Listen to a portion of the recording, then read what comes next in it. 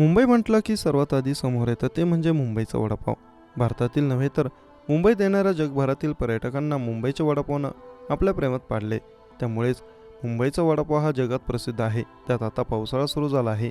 त्यामुळे पावसाळ्यामध्ये सर्वाधिक खाल्ला जाणारा पदार्थ म्हणजे वडापाव. आज अशाच एका प्रसिद्ध वडापावच्या दुकानाची कहाणी आपण जाणून घेणार आहोत.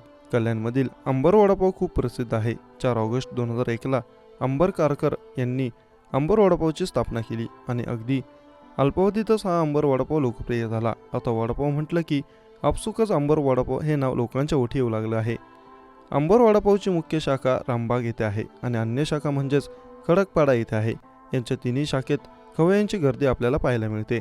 यांच्याकडे वडापाव बरोबरच कटलेटही प्रसिद्ध आहे. दररोज यांच्या एका शाखेत सरासरी 6,000 वडापाव, 2,000 समोसा आणि 200 ते 250 कटलेटची विक्री होते. ही आकडेवारी त्यांच्या एका शाखेची आहे. त्यामुळे अशा तिन्ही शाखेची आकडेवारी एकत्र जर केली तर दिवसाला 20 ते 25 हजारांच्या घरात जाते, अशी माहिती अंबर वडापावचे मॅनेजर जनार्दन गुरीगर यांनी दिली.